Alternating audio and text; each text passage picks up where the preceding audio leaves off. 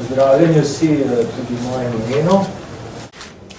Jaz se bom s svojimi vprašanji trudil neposredno držati teme, ki sem jo predlagal za letošnji pogovor, pri čemer bom tokrat v vlogi moderatorja sebe izvzel iz neposrednega komentiranja te teme, ampak to na vsezadnje že tako in tako počnem ves čas, predvsem v svojih javnih objavah, člankih in tako naprej. Klemen, če smem, prvo vprašanje tebi. Ne zdi se mi nepomembno poudariti, da vsaj po mojem vedenju, pa mislim, da je to vedenje kar točno, sta bila že pred leti s profesor Jambrekom prva, ki sta v slovenskem prostoru javno pisala o tako imenovani doktrini o neustavnem ustavnem amandmaju oziroma doktrini o neustavni ustavni spremembi. In se mi zdi ob tem dejstvu in ob dejstvu, kaj se v tem trenutku dogaja v slovenski dnevni politiki in parlamentu, na mestu, da te vprašam, tudi za voljo pojasnila javnosti, kakšno je tvoje akademsko, pravno-teoretično, pravno-filozofsko stališče do tega vprašanja, seveda v okviru, v katerem se lahko na svoji funkciji do tega vprašanja v tem trenutku opredeliš. Ja, hvala lepa, Andraž. O tem sva že veliko debatirala takrat v tistem času. Žal glede konkretnega primera ne moram kaj dosti reči, ker se lahko zgodi, da bi primer prišel pred ustavno sodišče. Vsekako ne bi šel niti tako daleč kot predsednica sodišča, v okoliščinah, ko najbrž za to ni vedela, da bi lahko primer se znašel na ustavnem sodišču, ko je dejala, da lahko se odločba ustavnega sodišča na nek način zaobide z ustavnim amandmajem. Jaz niti tako daleč ne bi šel. Glede konkretnega primera ne morem nič reči. Glede splošnega vprašanja je pa splošno znano. Vprašanje proti ustavnih amandmajev oziroma aktov, ki so na ravni ustave, ampak se s njimi spreminja trenutno aktualno besedilo ustave. V tem je v literaturi veliko napisane. Takrat v tistem času, ko smo o tem razmišljali in razpravljali že leta 2000, če se ne motim, je bila dobra razdelana že nemška doktrina nemškega ustavnega sodišča. Potem naprej se je po tistem obdobju se pa ta tema pravzaprav razmahnila in je danes napisanega o tem ogromno. Jaz vem, ko sem bil v Ameriki, na moji fakulteti, kolegica Vicky Jackson, profesorica primerjalnega ustavnega prava, se je s tem ukvarjala, točno tem vprašanjem, napisala je znanstvena dela o tej temi. Rosalind Dixon, ki je recimo na Chicago Law School, to so prvokategorniki primerjalnega ustavnega prava na svetu. Prav tako piše o tem vprašanju, sodišča so se s tem vprašanjem ukvarjala. To so znana dejstva, to so neizpodbitne stvari. Zdaj, kako se pa to vprašanje aplicira na konkretni primer, tukaj pa ne morem več ničesar reči.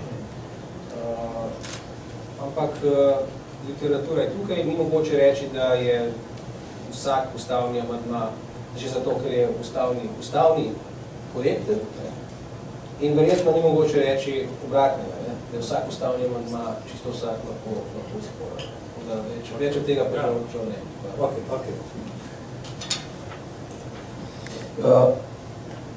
Gospa varuhinja, zdaj preidem z oblastne institucije, ker vendarle v določenem obsegu se tudi formalno oblastno odloča na institucijo, ki je sui generis oblastna institucija z nekoliko manj te neposredne pravno zavezujoče moči. Tako da mislim, da je prav, da vas naslovim na drugem mestu.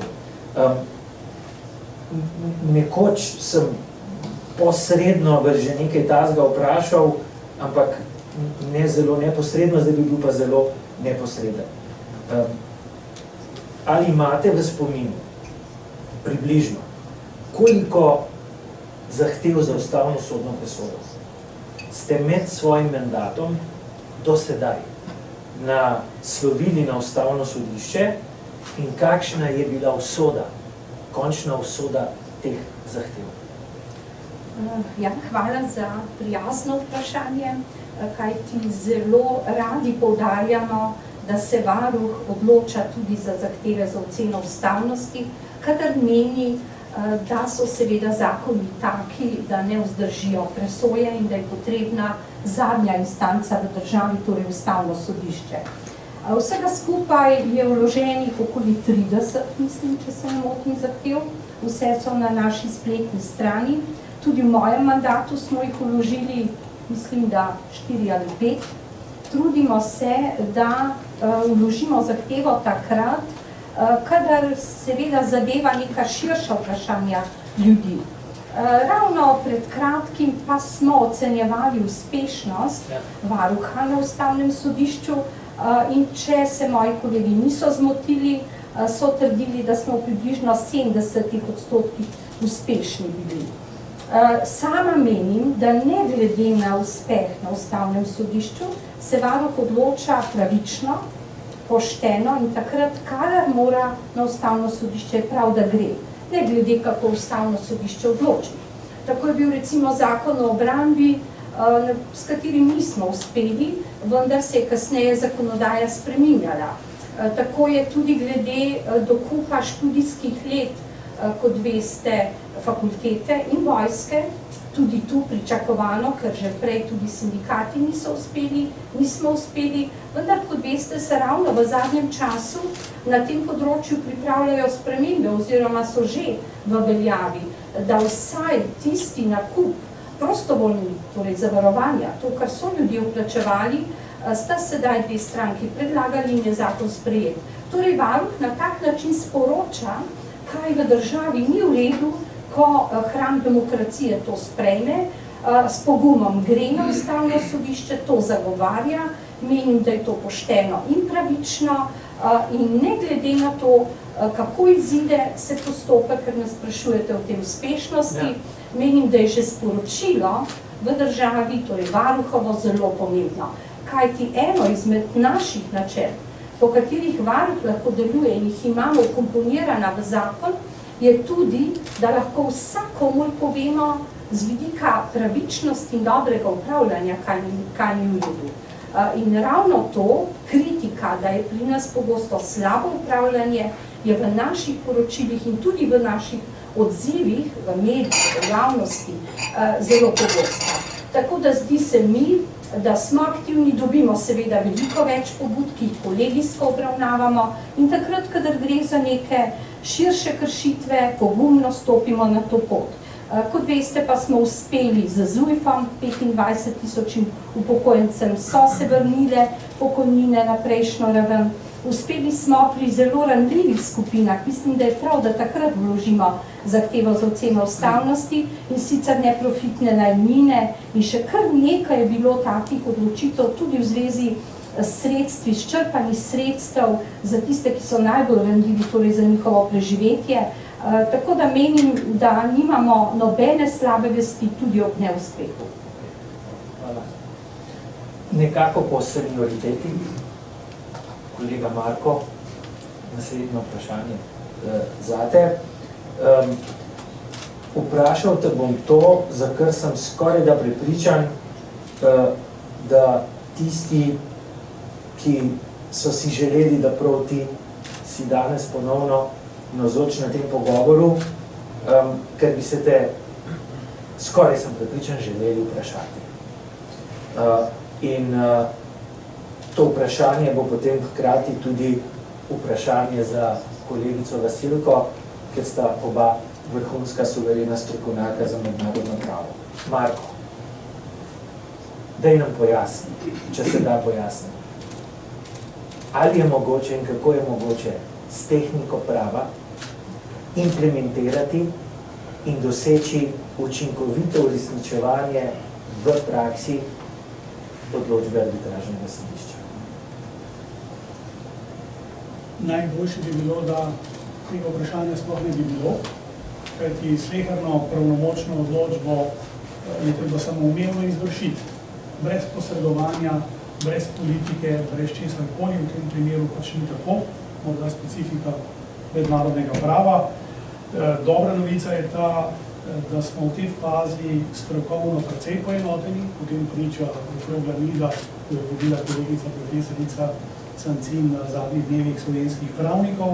Slabo pa ta, da je politika še vedno razklana in seveda nam potem tudi do mednarodne javnosti slabi kredibilnost. Ena od možnosti, kratko in denatno, je seveda pravo Evropske unije. V 3. odstavku 4. člena pogodbe v Evropski uniji je določeno, da članice na podlagi načela lojalnega sodelovanja spoštujejo in uresničujejo naloge iz primarnega evropskega prava. Tu gre za logično etično izpeljavo vrednot, ki so določene v 2. členu iste pogodbe, in ena od teh vrednot, ki je pravzaprav skoraj na prvem mestu, je pravo, je pravna država oziroma vladavina prava. In v okviru vladavine prava je seveda toliko bolj pomembno spoštovanje mednarodnega prava, ki ima primat ne samo po mednarodni Dunajski konvenciji, ampak praktično po ustavah vseh držav. Hrvaška to eklatantno krši tudi druge pravne vire Evropske unije, ne omenim recimo samo uredbo o skupni ribiški politiki, ki se bo začela uresničevati, šele ko se bo implementirala arbitražna odločba, torej se ne more začeti uresničevati. No in zato mislim, da bi morala Slovenija, če drugo ne bo šlo, izkoristiti 259. člen pogodbe o delovanju Evropske unije in začeti prvo postopek pred Evropsko komisijo. To je procesna predpostavka, traja 3 mesece. V 3 mesecih lahko komisija odloči bodisi v prid Slovenije ali kontra ali pa molči. Ko je ta predpostavka izpolnjena, je možno tožbo vložiti pred sodiščem Evropske unije. Teh primerov ni bilo veliko, po mojih podatkih je bilo doslej 7. Po tem členu v nekaj primerih je sodišče zavrnilo tožbo, ena tožba je bila umaknjena. Naj omenim samo en primer v zadevi 141/78, Francija zoper Združeno kraljestvo, kjer je Francija dobila tožbo zaradi premajhnih odprtin v ribiški mreži. Torej šlo je, banalno povedano, za premajhne luknje. Če je v tem primeru uspela neka država, mislim, da je naš primer tako bistveno bolj pomemben, zlasti v duhu predsednika Evropske komisije, ki ves čas poudarja, da je Evropska unija pravna skupnost, da sicer ni država, ampak je pravna tvorba, kjer je spoštovanje prava in vladavine prava na prvem mestu. To bi bilo možno narediti. Seveda pa ne izključujem tega, da bi vendarle naša soseda pač z dialogom, z posredovanjem, zdaj podpredsednika Evropske komisije, sama ugotovila, da je edino logično, da spoštuje to odločbo. Vasilka, je tvoj pogled enak? Najprej, če dovolite, bi lepo pozdravila vse v svojem imenu in se zahvalila za izraženo priznanje, zato nam danes čas sodelovati v tem pogovoru. Zdaj pa in konkretno, jaz mislim, da je hrvaško stališče nevzdržno na dolgi rok, namreč jasno je, da je edini, ki lahko odloča o veljavnosti te arbitražne odločbe, arbitražni tribunal sam, namreč to je splošno pravilo, ki velja v mednarodnem pravu na področju mirnega reševanja sporov. In o tem so pravzaprav že odločili, za delno razsodbo, kjer so ugotavljali, ali je bila tista nesrečna zgodba, ki se je pripetila, razlog za to, da sam sporazum ne bi več veljal. In tribunal je ugotovil, da sicer je kršitev bila, ampak ne bistvena, kar bi lahko vodilo v neveljavnost sporazuma, in zaradi tega je povsem jasno, da arbitražna odločba velja in da nad njo ni neke pritožbene inštance, kamor bi se lahko recimo obračali na zdaj kakšno novo sojenje. Tudi v praksi so že bili primeri, ko so države dolgo časa recimo stale na sprotnih bregovih glede uresničevanja arbitražne odločbe, pa so se na koncu dogovorile, da gredo vseeno vprašati meddržavno sodišče v Haag, pa je meddržavno sodišče jasno povedalo, da arbitražna odločba seveda velja. Namreč, ukolikor bi prišlo do drugačnega rezultata, se poruši celoten sistem mirnega reševanja sporov med državami in seveda taka situacija je nepredstavljiva. Torej, Hrvaška bo slej prej morala sprejeti dejstvo, da jo arbitražna odločba zavezuje. Kako jo pa uresničiti, pa obstaja seveda več možnosti. Ena od njih v končni fazi je tudi ta, da na neki točki, recimo Slovenija in Hrvaška, skleneta bilateralno pogodbo, se pravi bilateralni sporazum, v katerega seveda implementirata arbitražno odločbo, ki pa jo lahko na delih, kjer je tudi tribunal sam pozval stranki, da morda najdeta rešitev, ki bo ugodnejša za prebivalce, nekoliko prilagodita v korist lokalnega prebivalstva. In na ta način, seveda Hrvaška lahko proda svoje javnosti zgodbo, da vendarle so stvar rešena na bilateralni ravni za sklenitvijo dvostranskega dogovora. Slovenija pa bo tudi zadovoljna, ker bo njena vsebina pravzaprav implementacija arbitražne odločbe. Hvala obema. Kolega Matej, naslednje vprašanje zate. Če so se skrenila pred leti veliko o tem pogovarjala, sta se mi v zadnjem času več o tem pogovarjala. Seveda se lahko navežeš na karkoli, kar je bilo do tega trenutka rečeno, svobodno izvoli, če želiš. Moje konkretno vprašanje v kontekstu naslova pa je naslednje. Kakšno je tvoje razumevanje koncepta ustavne demokracije v smislu morebitnih pravil, načel ali vrednot, zapisanih v ustavi, ki so nespremenljive, ki imajo pravno in politično gledano nespremenljiv značaj. Bodiši po vzoru nemške ustavnopravne doktrine in izročila ali onke. Hvala lepa, Andraž, za tvoje vprašanje. Navezal bi se pravzaprav na tisto, kar je rekla kolegica Sencinova, to je, da se tudi jaz zahvalim za izkazano čas in da vas tudi jaz vse lepo pozdravim. Na nek način, Andraž, mi je malce žal zate, ker vem, kako rad razpravljaš, kako rad debatiraš, zdaj moraš pa več zavezane uste in nam postavljati vprašanje. Po drugi strani ta vprašanja postavljaš tako, da se zdaj počutim kot na izpitu in da vam vsega še tremo. Ampak ne poskušam odgovoriti. Odgovoril bom pa v evangelijskem smislu, če se lahko predstavljaš. Kaj je bistvo ustavne demokracije? Bistvo ustavne demokracije sta dve zapovedi. Ena je prva, druga je pa ta enaka. To je evangelijski smisel. In prva zapoved je, da je vrhovna zapoved ustavne demokracije svoboda, druga, ki je te enaka, je pa enakopravnost. Torej, enakopravna svoboda, dve temeljni vrednoti, ki izhajata iz temeljnega človekovega dostojanstva, iz bistva, da ima vsakdo izmed nas enako človekovo dostojanstvo, da smo zato enakovredni, da nas morajo zato enakopravno obravnavati. In iz teh dveh temeljnih vrednot izhaja, da kakršenkoli poseg, oblastni, javni poseg v te dve vrednoti zahtevata nek prepričljiv, utemeljen razlog v javnem interesu. To je bistvo ustavne demokracije. Neke ustavne demokracije so šle tako daleč, da so neke fundamente prevzdignile na raven določb ustave, ki se jih ne da spreminjati, mi tega nismo storili, ampak vse demokracije, ki se kličejo ustavne, so pa ustavne zato, ker je pri njih bistvo ne varovanje večine. Ne varovanje večine, pa tudi če ta šteje 99,9%, ampak varovanje vsakega posameznika v neki ustavno urejeni skupnosti. In prav zato je neka politična skupnost ustavno urejena skupnost, zato, da lahko varujemo vsakega posameznika, da lahko varujemo tiste, ki so, kot bi rekla varuhinja, v družbi šibki.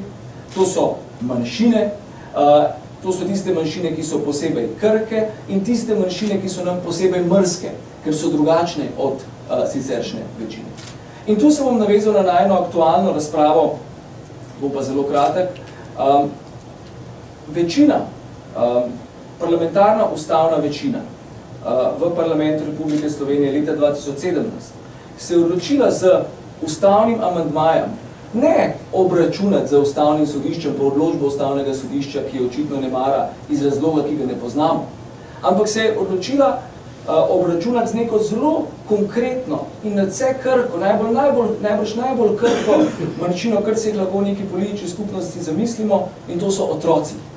Tistih nekaj za prgišče otrok, ki so krivi samo zato, da so oni, njihove starši, izrabili pravico, uporabili pravice do svobode izobraževanja, da so se v tej starševski dolžnosti odločili, da jih bodo upisali v šolo, ki jih pač ni ustanovila javna oblast, ampak njen zasebnik. In zdaj, ko so v tej šoli, kjer morajo obvezno se osnovno šolsko izobraževati, po programu, ki je prisilen, da je lahko javnopravno veljaven, je ustavno sodišče odločilo, da so v tej svojem svojstvu v bistvenem podobni vsem drugim učencem v tej državi, ki pač ta isti program poslušajo v javni šoli. In je zato ustavno sodišče odločilo, da so tudi oni deležni lahko brezplačnega financiranja. In iz javnega, poudarjam, nedržavnega denarja. Ja, govorimo o javnem denarju, denar, ki je nas lastno vseh davkoplačevalcev, torej tudi tistih staršev, ki so te otroke tja poslali. In da se v ta namen, za moje gledanje, najbolj možno zavržni namen, vzpostavi neka ustavna večina, da kaznuje starše in otroke, se mi zdi leta 2017 popolnoma nesprejemljivo, in da če bo to uspelo, sem pripravljen trditi, zagovarjam danes tukaj javno, da je slovensko ustavno demokracijo konec. To ravnanje je še mnogo bolj zavržno kot tisto iz leta 2000, o katerem sta pisala tipa gospod Jaklič, kjer smo vzpostavili volilni sistem, ki je negativno vplival na vsa ta leta, ki so se odvijala za nami, ampak tukaj imamo pa ustavno obračunavanje na plečih ene najbolj krhkih družbenih manjšin, to so otroci v zasebnih šolah, ki poslušajo enak po državi predpisan pouk in so zato, po mojem mnenju, upravičeni do enake obravnave tudi v finančnem smislu. Okay. Na dve vprašanji si mi odgovoril, ampak vam pripravljeno še tri. Hvala. Vračam se k ustavnemu sodniku, kolegu Klemnu. S posebnim namenom, da bom to vprašal in verjamem, da boš vprašanje sprejel z dobrohodnim razumevanjem. Vsi tukaj vemo, da se pri nas, pa ne samo pri nas, ampak tudi pri nas v Sloveniji, pogosto v povezavi ne samo dnevno politiko, ampak tudi ustavnim sodiščem, govori o ideologiji. In o ideologiji se pogosto govori, tako kot o sovražnem govoru, pa demokraciji, pa drugih pravnih konceptih, na, bom rekel, najmanj precej neposrečen način. Kaj je ideologija, kaj ni ideologija, kdaj človek deluje ideološko, kdaj ne deluje ideološko. Če se za hipec vrnem še v preteklost, rad bi spomnil, ali pa pojasnil javnosti in spomnil tebe, če si mogoče pozabil, tema tvoje diplomske naloge 1500 let nazaj je bila podobno vprašanje. V svoji nalogi si pod mentorstvom profesora Jamreka odkrival, razpravljal o temi, ki do tistega trenutka, pa morda tudi po tistem trenutku, v slovenskem pravoslovju dejansko ni prisotna. O tem, kako odloča ustavni sodnik, kaj jemlje za izhodišče svojega odločanja, ki sam sebi postavlja mejo, spogledovanje z samostanom, pa še nečem drugem na drugi strani.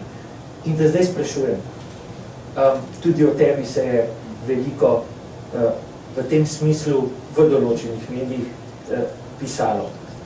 Kako ti, kot profesor, kot pravoslovec, kot ustavni sodnik in kot državljan, kot človek, gledaš na vprašanje, kaj je in kaj ni ideološkost z zornega kota osebe, ki upravlja tako pomembno funkcijo, kot je ustavnosodna funkcija.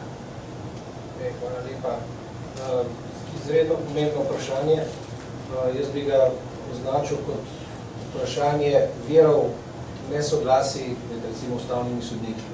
Čisto preprosto, ustavno sodišče odloča, včasih odloča 5-4, včasih odloča 7-2 in tako naprej. Ljudje so pa tisti, ki niso pravne stroke, pa tudi kakšni iz pravne stroke so pa na tem včasih razočarani oziroma si ne znajo razlagati, kako je to mogoče. Vse, če imamo eno ustavo, imamo eno ustavno določbo, bi morali imeti 9 enakih odgovorov. Ampak seveda temu ni tako že po naravi stvari. Gre za vprašanje verov nesoglasij. Teh verov nesoglasij med ustavnimi sodniki je lahko več, sta pa dve osnovni ravnini, z katerih izvira to nesoglasje. In prvo so teorije pravičnosti. Na polju pravičnosti imamo različne smeri, imamo naravno pravo, imamo kantovstvo, deontološke, imamo utilitarne ideje teorije pravičnosti, imamo, ne vem, recimo, aristoteljance in tako naprej, imamo vrsto teorij. To so zelo, zelo zanimivi koncepti, vendar to je področje morale. Teorija pravičnosti je vprašanje morale. In tukaj ljudje zavzemamo različna stališča. Kot pravi John Rawls, vsak od nas ima neka bremena presoja, burdens of judgment, kje si bil vzgojen, kaj se ti v življenju dogajalo in tako naprej. Vsak od nas je unikaten v tem smislu. Zato vsak od nas tudi teorijo pravičnosti oziroma odgovore na to, kaj je pravično, razume nekoliko drugače. Dokler je to v mejah razumnosti, tako imenovanega razumnega nesoglasja, je to ne samo legitimno, ampak drugače ne more in ne sme biti, ker bi iz odločanja pravzaprav odgnali njegovo bistvo, teorije pravičnosti. Zdaj, to je ena ravnina nesoglasja. Ljudje so različni, včasih rečemo so liberalni, konzervativni, levo-liberalni, desno-liberalni in tako naprej. To so poenostavitve, ampak dajo uvid v to, kaj se dogaja na tej ravnini morale, teorije pravičnosti. Drugo vprašanje je pa, in tukaj tudi sodniki med seboj ne soglašajo, kako to področje morale prehaja v pravo. Pravo in morala nista nujno enako, po nekaterih teorijah sploh ne. In zdaj vprašanje, kako prehaja v pravo. To je pa vprašanje tako imenovane sodne filozofije. In tukaj imate, če spet poenostavljam, v literaturi in v praksi se pojavljajo več smeri. In ena smer pravi, da gre pri ustavni interpretaciji za tako imenovano moralno razlaganje ustave. Moral reading of the Constitution. Dworkin je tisti, ki je recimo najbolj znan po svoji knjigi, ki pač zagovarja ta način interpretacije. In tukaj se morala, človekov dostojanstvo, enakost in tako naprej, pač glede na to, katero od teorij pravičnosti zavzamete, neposredno preliva v pravo. Tu sta pravo in morala zelo, zelo blizu. Potem imate pa na drugi strani, imate pa tako imenovane, jaz bi jih imenoval izvorne bralce, oziroma to je to, čemu tujini pravijo originalists. To so pa tisti, ki pravijo, ne, morala že lahko nekako prodira v pravo, vendar pravo je do te mere drugačno od morale, da je najprej treba upoštevati sam namen ustavodajalca oziroma pomen določbe v ustavi, ki je veljal takrat, ko je bila ta ustava sprejeta. To je pa nekoliko drugače od morale. Ker lahko morala je, si strinjamo, to je pravilna morala, vendar pa ustavodajalec v tistem času, ko je sprejel to in to določbo, je mislil nekaj čisto drugo. In tukaj pa gre za izvorne bralce, ki pravijo, ne, spoštovati je treba najprej, kot sodnik moram spoštovati izvorno besedilo, in tukaj ne moram slediti morali. Ampak moralni bralec, kot vidimo, pa se tukaj že ne strinja, že ne soglaša z izvornim bralcem, pravi, ne, morala pretehta izvorno branje, ker je pač tudi ustava živeč dokument in tako naprej. Vmes med njima imamo pa tako imenovanega pragmatičnega razgledalca ustave. To je pa tisti, ki se strinja z moralnim bralcem in meni, da je treba v smer intaktne, čiste morale, kot je pač razume na ravni teorije pravičnosti, kjer lahko ne soglaša. Vendar pa, to je še dva stavka sta za zaključek celota. Vendar pravi pa, da zaradi nevarnosti, ker bi to lahko spodkopalo legitimnost, odločitve bi lahko bile preveč radikalno moralne, ki pač ljudje pa na to še, ali pa druge inštitucije še niso pripravljeni, ker imamo vse mogoče stereotipe v družbi, to je z lahkoto dokazati, tudi danes. zato pa pravi, gremo tja, ampak počasi po korakih. Ne kar neposredno k intaktni morali, ampak v tisto smer, ampak ne povsem. To je pa minimalistično branje ustave, gradualistično oziroma pragmatično. In zdaj to so viri nesoglasja in dokler so viri nesoglasja v teh razumnih mejah, je z ustavno interpretacijo vse v najlepšem redu. In tvoje branje ustave je moralno? Moje branje ustave je bliže moralnemu branju. In kot sem že javno povedal, jaz sem to tudi pričakoval, ko sem na ustavno sodišče gledal od zunaj in sem pričakoval, da se bo zgodilo to, kar se je tudi zdaj v začetku zgodilo, kar se tiče vprašanja liberalnosti, konzervativnosti, naravnega prava, levo-liberalno, desno-liberalnost. Velja, da so levo-liberalni sodniki tisti, ki glasujejo v prid človekovim pravicam in ne v prid države. V prid človekovim pravicam še posebej takrat, kadar gre za ranljive skupine, kadar gre za posameznike, ki si sami težko pomagajo. Po statistiki, odločenja, dostikrat smo soglasni, največkrat smo soglasni pravzaprav, ampak po statistiki ločenih mnen sem pa videl, da sem podal že okoli 15 ločenih mnen, v katerih sem vselej glasoval, oziroma tudi to tudi obrazložil vselej, v korist posameznika in ne v korist države, v korist torej pravice, ne države. Torej, to je bilo meni že prej naprej jasno, ampak je tudi pomembno, da se tudi v slovenski javnosti to vidi in poudari. Kajti pri nas so ti koncepti na ravni teorije pravičnosti povsem pomešani in pravzaprav tudi tukaj se moramo nekako harmonizirati z ostalim svetom. Hvala, Klemen. Varuhinja. Moje drugo vprašanje za vas. Namenoma ga bom jezikovno izrazil bolj akademsko in vam s tem dal tudi več možnosti, več manevrskega prostora, da odgovorite bolj abstraktno ali pa, če želite, da se navežete tudi na kaj konkretnega, kakšen konkreten primer.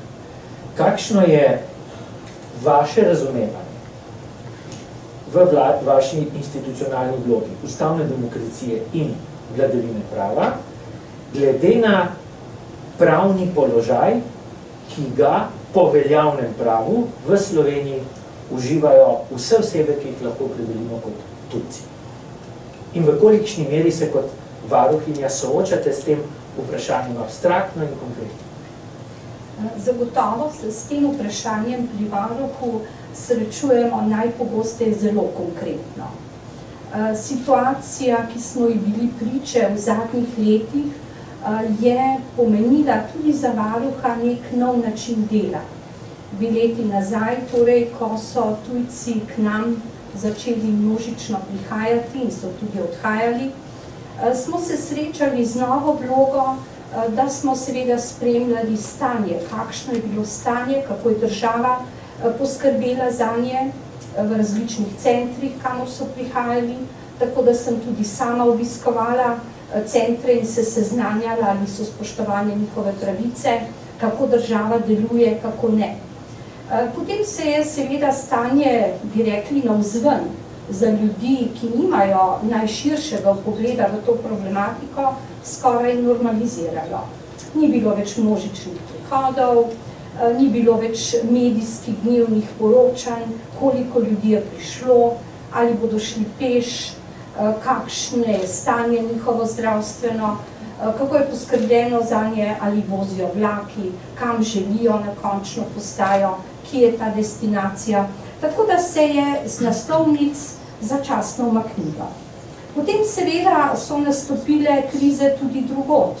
Mnoga vprašanja, kaj pa, če jih začno vračati, kaj se bo zgodilo z našimi mejami, z nami, kaj je s tistimi, ki so tu pri nas. Takrat pa se je varuh srečal s posameznimi primeri, najbrž mislite tudi enega zadnjih, ali pa če spremljamo družino, ki je bila z otrokom že poslana na Hrvaško. Tu pa je varuh, torej seveda naši postopki so zaupni, tako da v njih ne moremo obveščati sproti javnosti, pa čeprav je to pričakovano. Vendar, kot veste, ko je bil sprejet zakon o tujcih, z njim smo šli na ustavno sodišče, odločitve še ni. Tudi ta odločitev se nam je zdela pravična in pravilna v tistem trenutku. Potem smo začeli razmišljati, kdaj bo država in kako bo uporabljala svojo diskrecijsko pravico, ki je očitno ne uporablja, ali še ne, ali ne v zadostni meri. Pri prejšnjem primeru smo tudi javno povedali, kurba, družina, ki je odšla z otrokom na Hrvaško, da bi se dalo uporabiti to diskrecijsko pravico. Torej, da bi se družino, ki je tu dobila otroka, ki se je nekako počutila tu doma, z ozirom na vse, kar je tudi prej pretrpela, z ozirom na zdravstveno stanje gospe in otroka, lahko torej zanjo uporabila.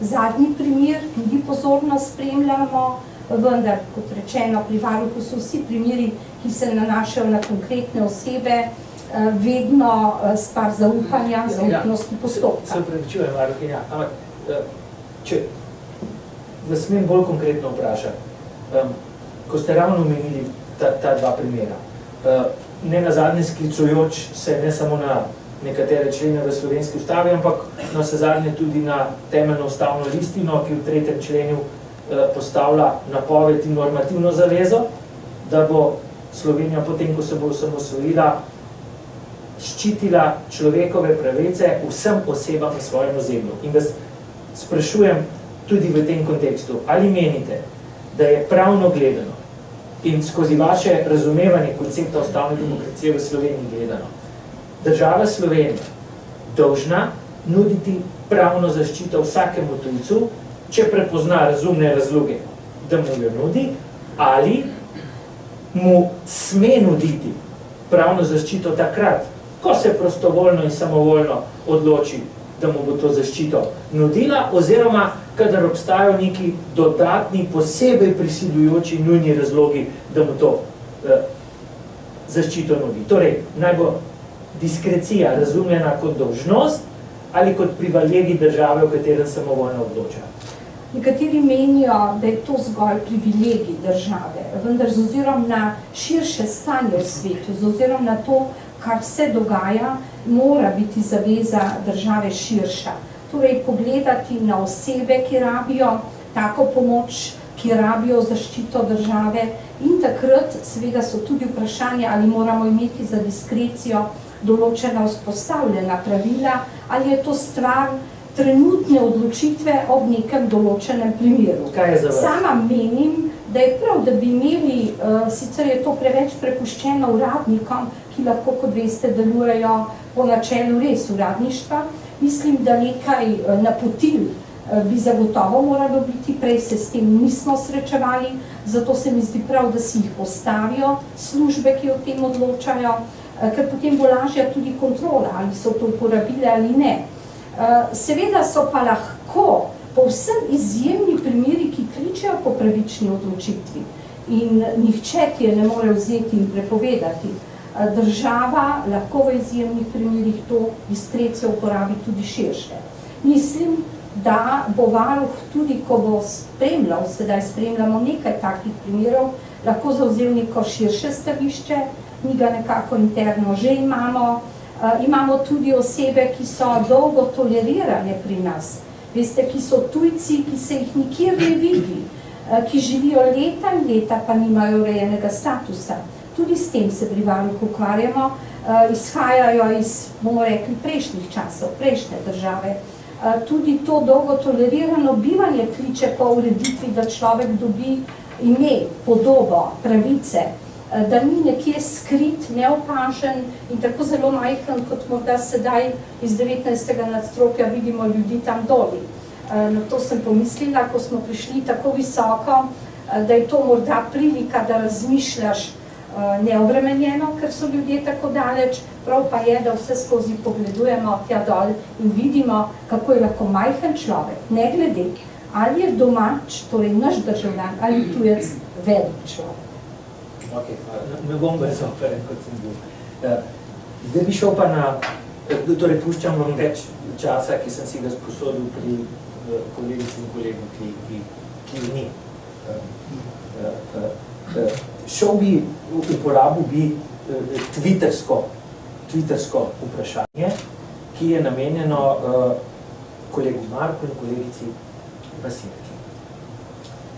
Vprašanje pa se glasi, zelo konkretno je, kako bo uveljavitev koridorja do odprtega morja vplivala na ureditev smeri ladijskega prometa, ki poteka v praksi precej drugače. Dava Veselki prednost. Vkolikor ne bo prišlo do nobenih, bom rekla temu, nagajanj v trenutno uveljavljenih schemah ločene plovbe, se pravi, da ladje plujejo gor, bomo rekli, skozi Hrvaško teritorialno morje in ven iz koprskega pristanišča skozi italijansko teritorialno morje, se ne bo spremenilo nič.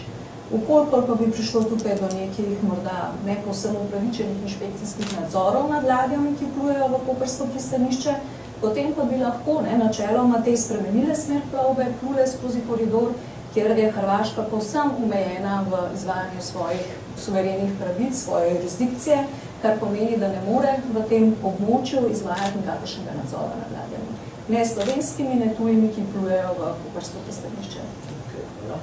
Krasno se bo s kolegico dopolnila, namreč omenila je shemo ločene plovbe. Tu gre za trilateralni sporazum med Italijo, Hrvaško in Slovenijo o plovbi v severnem Jadranu.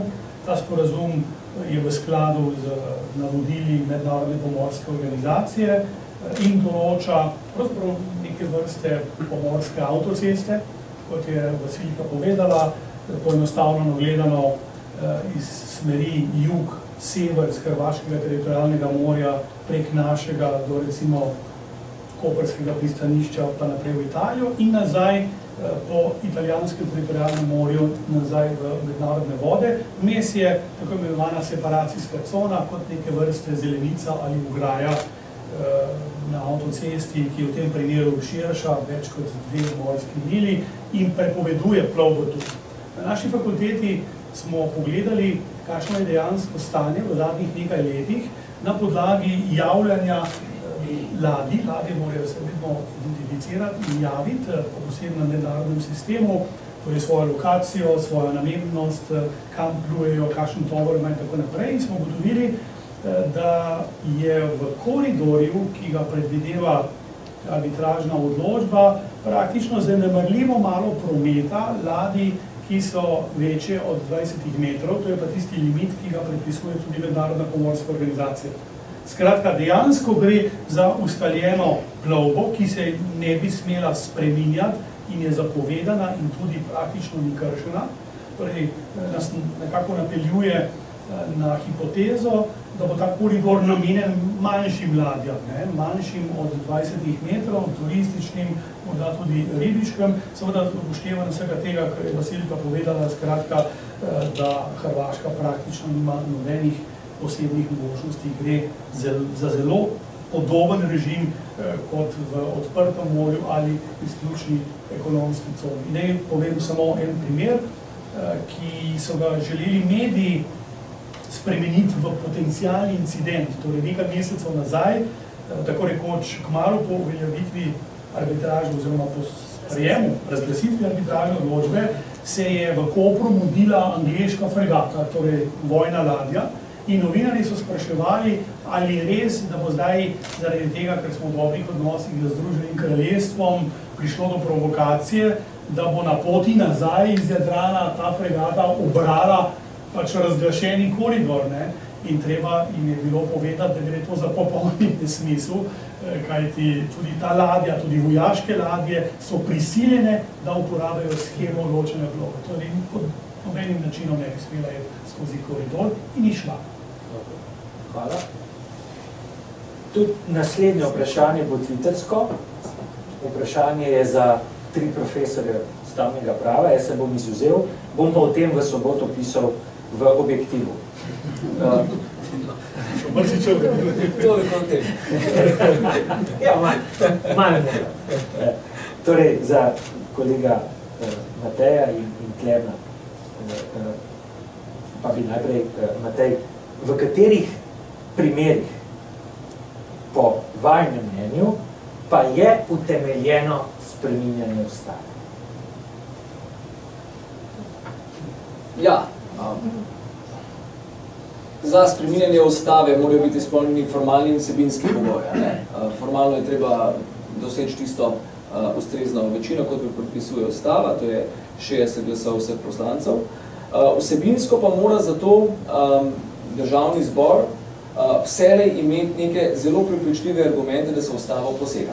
Torej, kot sem prej izvajal, vsakršen poseg javne oblasti v polje zasebnega, tudi v polje javnega, mora biti dobro obrazložen. Ko pa gre za posege v ustavno besedilo, mora biti pa ta obrazložitev kar se da najbolj, kar je mogoče prepričljiva, mora biti tudi podprta z nekim širokim konsenzom stroke. Tako je bilo doslej tudi v pretežnem številu primerov ravnalo.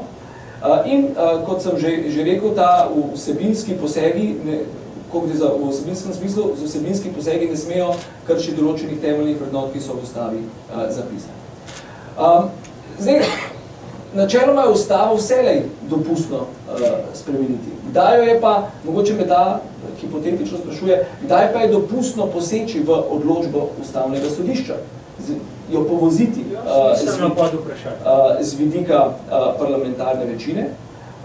Takrat, ko bi se za samo odločbo ustavnega sodišča lahko štelo, da je arbitrarna, da bi jo širša javnost, širša tudi strokovna javnost ocenjevala, tudi na podlagi ločenih mnenj, ki je bila podana, da so ustavne sodnike vodili neki razlogi, ki so izven same ustave, izven samega prava, neki razlogi, ki niso vezani na teorije pravičnosti, ampak na neke zelo ozke politično usmerjene razlogi. Takrat seveda bi se celo predstavljalo, da ima parlamentarna večina dolžnost v takem primeru poseči v tisto odločbo ustavnega sodišča. Ni nujno, da na temelju posega v ustavo, odločbo ustavnega sodišča, če razlaga zakon, se lahko poseže tudi za spremembo zakonskega besedila. Vendar, kakršenkoli poseg v ustavo, kot sem že dejal, mora biti načeloma izjemen, mora biti zelo dobro utemeljen v javnem diskurzu, ki mora trajati kar nekaj časa. In kot pravi naša ustavno pravna stroka, pa ni edina, v ustavo se vselej posega za zelo tresočo roko. Klemen, koliko lahko odgovoriš? Jaz sem pozabil prej omeniti še to, da pravzaprav nedavno bila tudi objavljena knjiga z naslovom Neustavni ustavni amandmaji pri založbi Oxford University Press. Torej, to vprašanje je aktualno vprašanje, zelo aktualno. Če je toliko materije, da o tem lahko nekdo napiše knjigo na najvišjem akademskem nivoju, potem je to zanimivo in pomembno pravno vprašanje. Sem pa v zadregi, ker tudi če bi šel v razkladanje tukaj svojega razumevanja konceptov te teme, bi s tem pravzaprav razlagal pravo. In če bi razlagal pravo, bi ga razlagal tako, kot ga razlaga Klemen Jaklič. In ne tako, kot ga razlaga lahko nekdo drug. Zato bi se tudi tukaj vzdržal, tudi glede pravnega vprašanja, ne samo glede konkretnega primera. Je pa literatura na voljo vsem in mislim, da je prvovrstna ustavno-pravna tema to. Tako da vsakršno diskusijo o tej temi mislim, da moramo vsi samo pozdraviti. To je tisto, kar razčiščuje vprašanja, ki pri nas tudi v področju ustavnega prava niso še dovolj razčiščena. Če imamo napisane knjige o tem vprašanju, težko rečemo, da ta tema ni pomembna ali pa da se jo lahko odpravi z enim stavkom, češ nekaj je legalno ali legitimno, kako je že tisto, ne da bi se opredeljeval, ampak tukaj je eno pomembno vprašanje in vprašanje na ravni prava in potem še vprašanje na ravni dejanskega stanja, nekaj konkretnega primera. In jaz pa tukaj žal ne bi govoril. Zdi se pa recimo tukaj pomembno pri tem vprašanju upozoriti tudi na to, da seveda je pa smiselno posegati oziroma ne posegati, ampak nadgrajevati ustavo takrat, kadar vidimo, da je v bistvu tudi na mednarodni ravni dosežen nek razvoj, ki zagotavlja ljudem več pravic in tak lep primer, da ta dopolnitev ustave z vključitvijo pravice do čiste pitne vode. recimo na ta način poseg v ustavo je pa seveda, vsaj z tega vidika moralnega, če gledamo, da zagotavlja na dolgi rok neko boljše življenje oziroma predvsem preživetje človeštvu kot celoti, pa vsekakor smiselno. Meni sploh ni treba Mateja pogledati, ker vem, da je njegovo mnenje malce drugačno, kot bi bilo tudi moje. Bom molčal.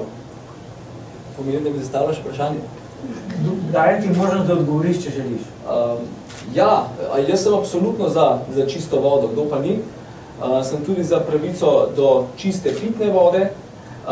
Moje razumevanje tega ustavnega amandmaja je pa nekoliko drugačno, ker po mojem branju tega ustavnega amandmaja, mojem moralnem branju tega ustavnega amandmaja, jaz ga razumem kot vpis prepovedi zasebnikom, da bi lahko tudi oni bili tisti, ki bi distribuirali, skrbeli za čisto pitno vodo. Na ta način je tudi pravica formulirana, ker vprašanje čiste pitne vode je nažalost tudi dejansko vprašanje. In to se boste najbolj strinjali vsi, to pravico imamo zdaj v ustavi, številni, preštevilni državljanke in državljani Republike Slovenije, ki živijo na nekoliko odmaknenih, bolj odmaknenih področjih, od te ustavne pravice niso imeli še ničesar, ker je to pravica prizadevanja države.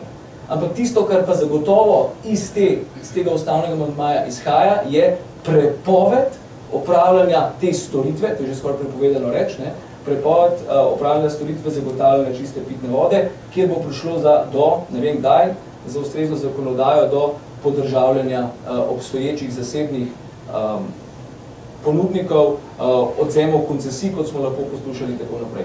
Iz tega vidika, to je bil tisti moj pomislek. Pravzaprav spet gre navzven za neko zelo plemenito dejanje, ki ga podpiram. Zdi pa se mi, pravzaprav sem prepričan, tako sem tudi javno argumentiral, da je bil pa namen nek čist drug. In pravzaprav popolnoma enak temu, kot da imamo upraviti za čisto zasebno šolo, če se malce pošali. Pravzaprav čisto javno šolo. No, mene je potem več ljudi vprašali po opisu te spremembe v ustavo, kje ne zdaj pridejo do zdrave in čiste pitne vode. Zame je ta primer spremembe ustave formalistično nasilje nad ustavo, ker jaz to pravico že vidim v pravici do zdravega življenjskega okolja. Vedno bolj pa pragmatično moram razumeti, da je vedno več stvari treba tudi eksplicitno in izrecno zapisovati v ustavo, saj se pri nas ljudje, predvsem politiki, ne le sodniki, uspešno pretvarjajo, da celo tisto, kar je izrecno in zelo jasno v ustavo napisano, da tega v ustavi ni.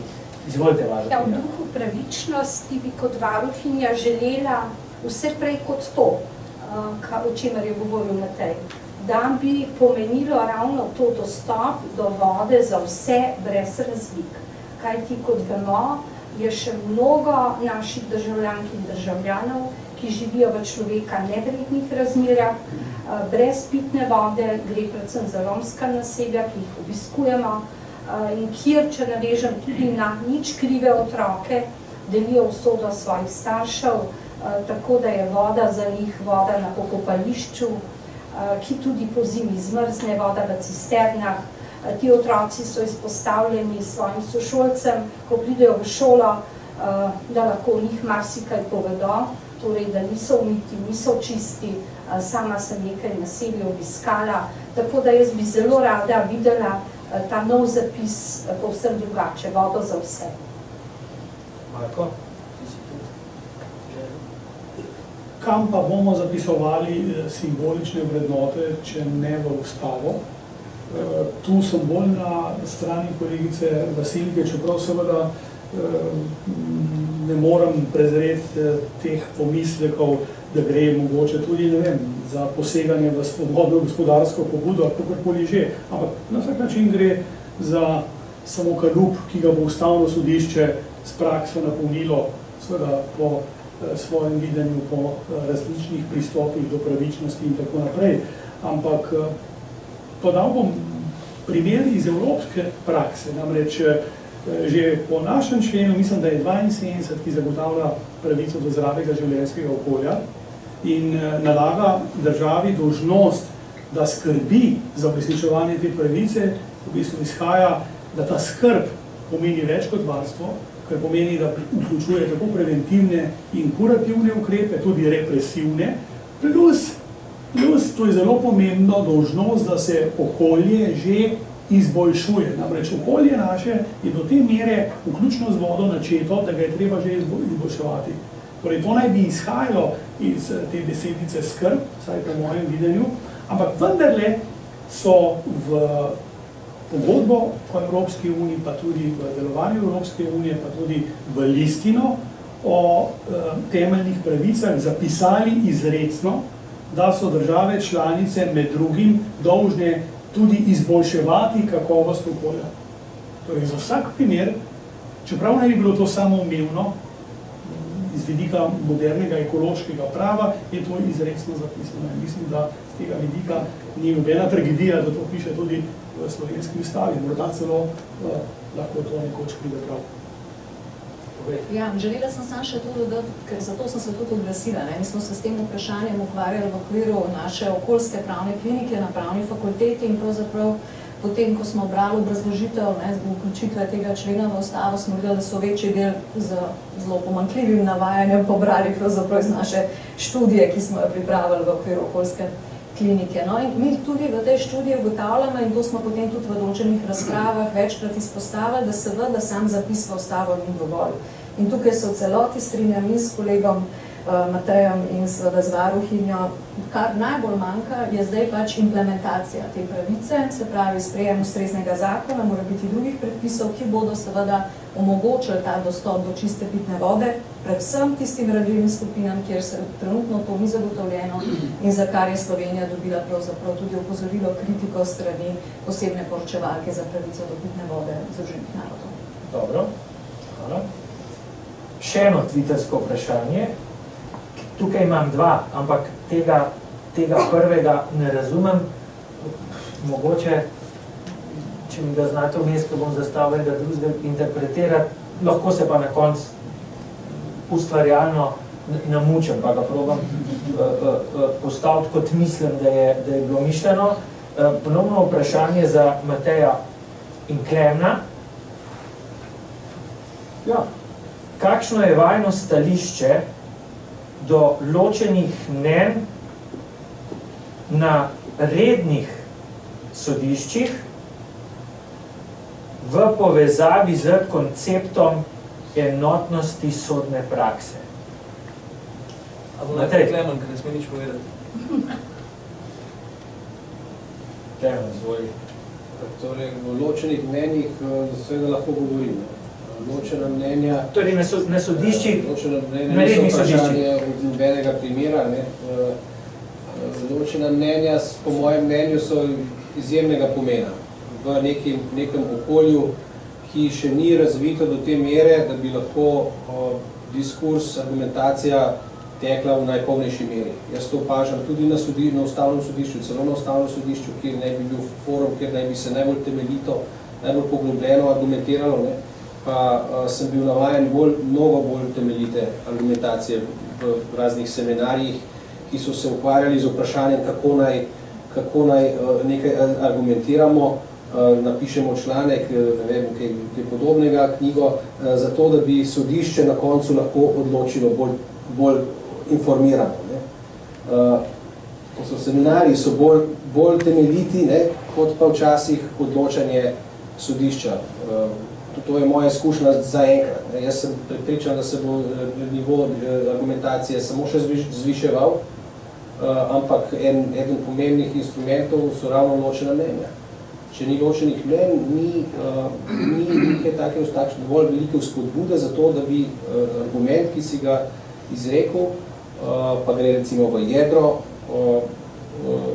diskusije, v jedro tega, kar sodnik, naprimer, zastopa nasprotno stališče, pa gre argument v jedro tega nasprotnega stališča in če ni ločenih mnenj, pravzaprav, po mojem mnenju, ta diskusija usahne. Potem na neki točki dvigne roke, se včasih celo niti ne odgovori za dovolj temeljito ali pa sploh ne odgovori.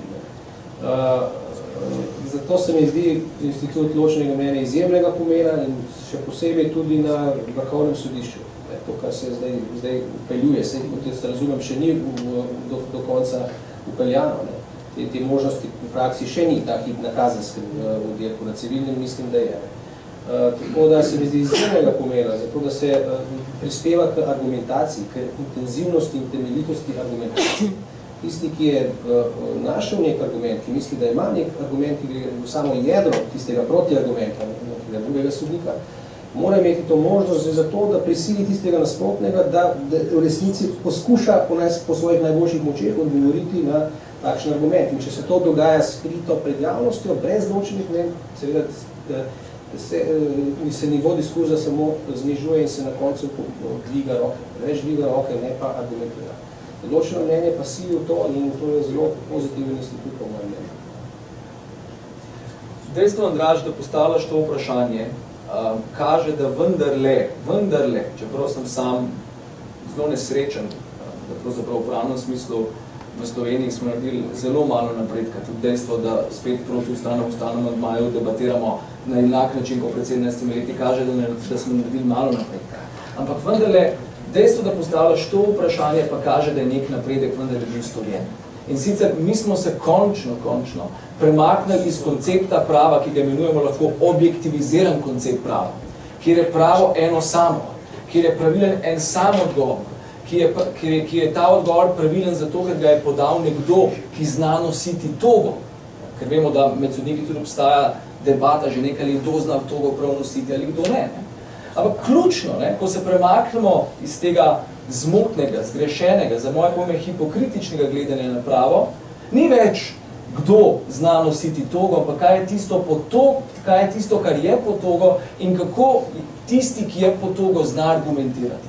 Ves čas poudarjam, ključno v ustavni demokraciji pri konceptu prava, ki ga lahko razumemo kot diskurzivni koncept prava, so prepričljivi razlogi. In ločena mnenja so potem takem sine qua non za prepričljivo izvajanje sodne funkcije. Sodniki, kot smo slišali, niso objektivni, so ljudje iz krvi in mesa. Imajo svoja svetovno-nazorska prepričanja, nekateri imajo tudi svoja politična prepričanja. In ločena mnenja, to, da lahko za objavo ločenega mnenja razgalimo nasprotnega sodnika, ki je želel pod krinko toge v sodni proces utihotapiti ne samo svojo politično moralo, sodno filozofijo, ampak tudi neke konkretne politične interese, ta ločena mnenja prispevajo točno k temu, da iztisnemo ven, kot bi rekli Američani, the illegitimate interest. Interes, ki nima kaj početi v samem sodnem odločenju, ker je preprosto nelegitimno. Tako da jaz se absolutno zauzemam za obstoj ločenih mnenj. Tudi svetovni trend gre absolutno v tej smeri. Nekako obstajajo trije koncepti na britanskih sodiščih, razen v kazenskih primerih, niti ni skupnega stališča sodišča, ampak samo vsak sodnik piše svoje mnenje. Na ameriških sodiščih vemo, da imamo svoje mnenje sodišča in ločena mnenja.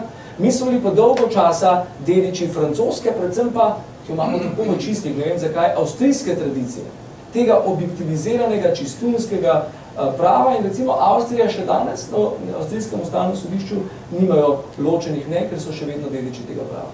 Tako na tem področju smo naredili pomemben napredek. Je pa res, da je treba z ločenimi mnenji tudi ravnati skrbno. Iz različnih razlogov, tudi zato, ker preveč ločenih mnenj lahko tudi razvodeni njihov pomen, vpliva na prepričljivost tistega, ki prepričuje, ampak tudi o tem so napisane številna literatura, številne knjige, tako da tu, kdor želi, ne bomo izumili nobene pitne vode. Pardon, Klemen ima direktno repliko. Ne, samo pojasnilo je. Sodnik je zavezan, je prisegel, da bo odločil po ustavi in zakonu po svoji vesti. In ena od dimenzij je ni samo prepričevanje, ampak je tudi pošteno sojenje po svoji vesti in po ustavi. In kadar v nekem konkretnem primeru ugotovi, da je pač prišlo do kršitve temeljne človekove pravice, pritožnice in pritožnika, takrat je že dolžan zaradi svoje prisege odločiti tako, kot je prav in to pojasniti temu in državi, pritožnici, pritožniku in državi. Tako da to je moje stališče glede ločenih mnenj. če gre za okolje, v katerem je večkrat kršena kakšna temeljna človekova pravica, pač pride večkrat do takšnih ločenih mnenj.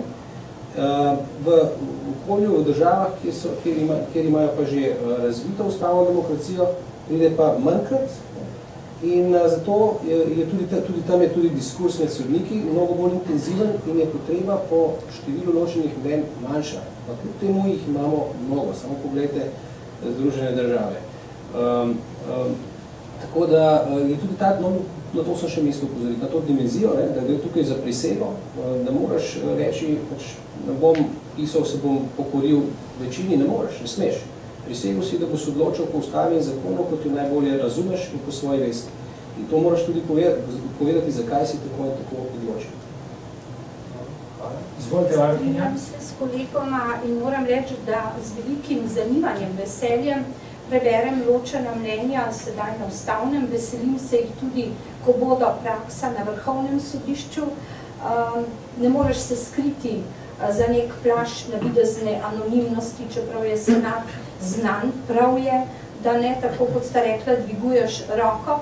Ne nazadnje bo pa to tudi za mnoge ljudi odgovor, ker sprašujejo tudi nas, kako je možno, da sodišča različno odločajo, a tam niso pravniki, a ne veljajo za vse enaki zakoni. Torej, ta prepričljivost v takih in drugačnih ločenih mnenjih bo pokazala, kako ima lahko res več pravnikov, tudi več stališč, prav je, da se seznaniš z njimi in mislim, da bodo pomenila velik doprinos tudi k sodni praksi na Vrhovnem sodišču. Ja, tudi sam se absolutno strinjam z vsem povedanim in se spominjam iz svojih časov študija prek luže anglosaškega prava v popolnoma civilnih, gospodarskih oziroma pomorskih zadevah, kako recimo smo se pri nekaterih sodnikih angleških učili zlasti o njihovih ločenih mnenjih. Ne omenjamo recimo famoznega Lorda Denninga, ki je slovel potem, pa jih pravzaprav saj naših profesorov ni toliko zanimalo, ali poznamo izrek, odločbe ali kaj drugega, ampak to, kar je povedal tisti, kar je imel takšno avtoriteto in so ta ločena mnenja prej ko slej pripeljala potem do drugačne sodne prakse. Tako da jaz mislim, da ločena mnenja niso nekakšna ovira do dobre sodne prakse, kvečemu po moje bližnica. Pa če že ne bližnica, pa seveda bolj solidno tlakovana pot. Tako da ja, jaz samo pozdravljam, da se bo to pojavilo tudi v drugih sodiščih, ne samo pred ostalih sodiščih. Dobro, hvala vam. Zdaj pa po Tonijevem nareku daje možnost postavitve vprašanja enega od obiskovalcev. Ja, dovolite, da omenim še eno ranljivo skupino. Otroci so bili že omenjeni in prav je, da se tako dogaja za naše najbolj ranljive. Ampak obstaja še ena ranljiva skupina, ki ima prav enake pravice v ustavi in po naravnem pravu. To so starejši v poznem tretjem življenjskem obdobju in v četrtem. Nas v četrtem sploh ni nikjer. Mi ne obstajamo. In ta skupina najuglednejših pravnikov, moja sugestija je, da se loti tudi te ranljive skupine. Namreč, kaj pa je pričakovati od politike? Jaz bi dal kratek odgovor. Da je človeška. Nič drugega ni treba dodati. Da je človeška.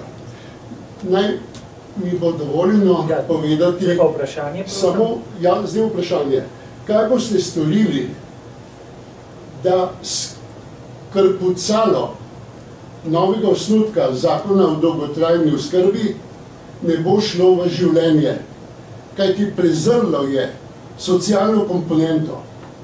Torej, ali bomo mi samo še rastline in fiziologija, ali lahko prevedem, poceni negovalne bolnišnice, ali bomo lahko ohranili dostojanstvo človeka. Hvala. Hvala lepa. Izvolite.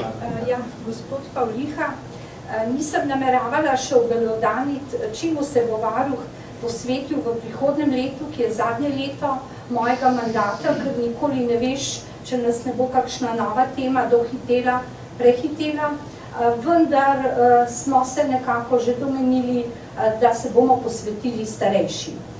Poleg otrok, invalidov, ki so lahko tudi starejši ali mlajši, oseb s posebnimi potrebami, je zagotovo populacija starejših, ki je čedalje večja, vredna vse tudi varuhove pozornosti.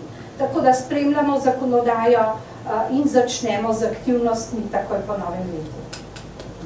Še kdo? Ja, morda se vam zdi zanimivo, se soglašam, ampak vendarle, tudi se mi pa zdi vredno omeniti, da je prav Slovenija pobudnica pravzaprav priprave in sprejema nove mednarodne pogodbe na področju človekovih pravic in sicer pogodbe, ki bi se ukvarjale s pravicami starejših. Namreč vemo, da imamo tudi na univerzalni ravni konvencijo, ki se ukvarja z otrokovimi pravicami, pa s pravicami žensk in vsemi ostalimi človekovimi pravicami. In zdaj pa recimo Slovenija, eno od svojih prioritet zunanje političnih, ima prav pobudo za sprejem, za pripravo konvencije o pravicah starejših. Kleman? Ja, torej, vprašanje ranljive skupine starejših je pomembno ustavno-pravno vprašanje. Tako kot velja za vsako drugo skupino, je celo ena od suspektnih okoliščin, kadar gre za vprašanje enakega, neenakega obravnavanja, celo vprašanje diskriminacije se tukaj pojavlja. Tako da zase lahko rečem, da bom še naprej sodil po ustavi in zakonu in potem, kar mi veleva moja vest. Enako sem prepričan za vse ostale člane ustavnega sodišča. Glede konkretnega zakona pa seveda ne morem nič reči, ampak to je vzemite kot moje osebno zagotovilo, da drugače kot ustavi po svoji vesti ne bomo delali tudi pri tem kot pri drugih vprašanjih. Dobro.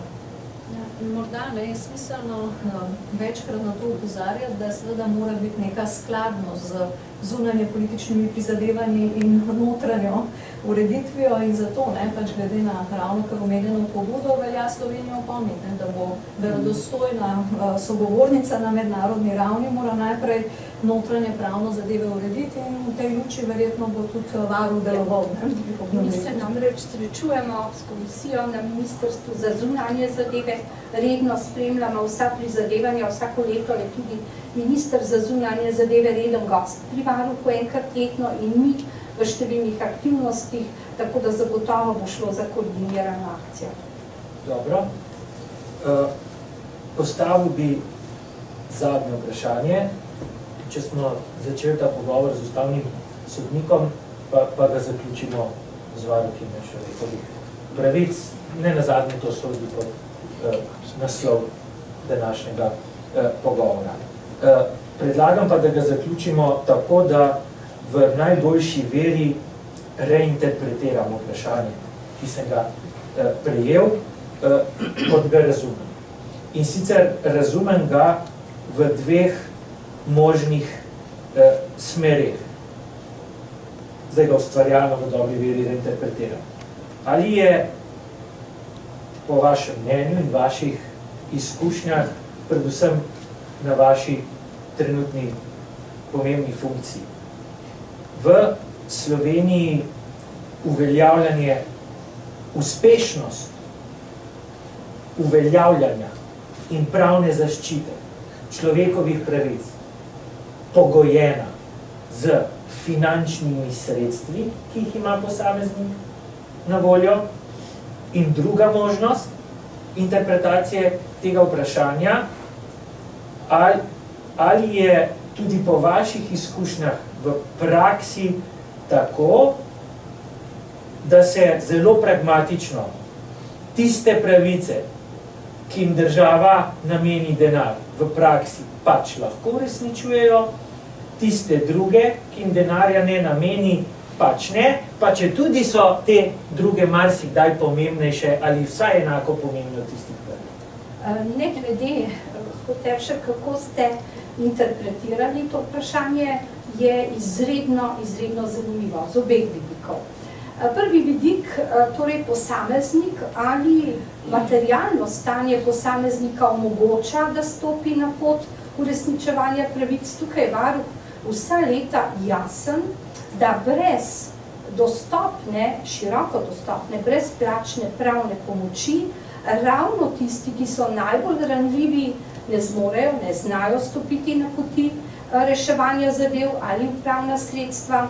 Pogosto so prepozni, včasih se na nas obrnejo, ko so zadeve že pravnomočno zaključene, tako da varuh apelira, da mora biti to dostopno širše, zato tudi vse župane, ki jih mesečno obiskujemo, torej vsak mesec eno občino, je prvo vprašanje, ali imate kakršnokoli obliko pomoči, pravne pomoči za vaše občane. Žal, pogosto negativen odgovor, nekateri imajo, kajti v teh srečanjih ugotavljam, da ljudje res vidijo samo labirint poti, nobenega izhoda in da pravzaprav dostikrat povedo, veste, če bi imel denar, če bi ga res imel, bi si vzel nekoga, ki bi mi res pomagal na tej poti. Druga stvar, tudi zelo pomembna, ki pa tudi izhaja izpostavljenega vprašanja. Tako. In to so pogosto ravno tisti, ki zamudijo rok in rečejo, ali se vseeno ne da stvar obnoviti,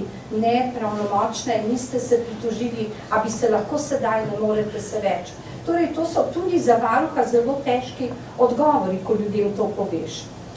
Druga stvar je, če si vzamejo odvetnika, povedo, da pač imajo ravno nad minimumom penzijo ali plačo, vendar, kot veste, minimum 100 evrov nad tem še ne pomeni, da si lahko plačaš pravno pomoč. Tudi, če bi vsak mesec dal na stran 100 evrov, pa če bi lahko sploh dal ta denar, kdaj boš šel na to pot. Torej, to je velik problem. Drugi problem je pa država. Tukaj pa kot varuhinja vedno opozarjam državo, da revščina oziroma to, kar pravzaprav se kaže vsak dan pri nas, je to, kar kliče državo po odgovornosti.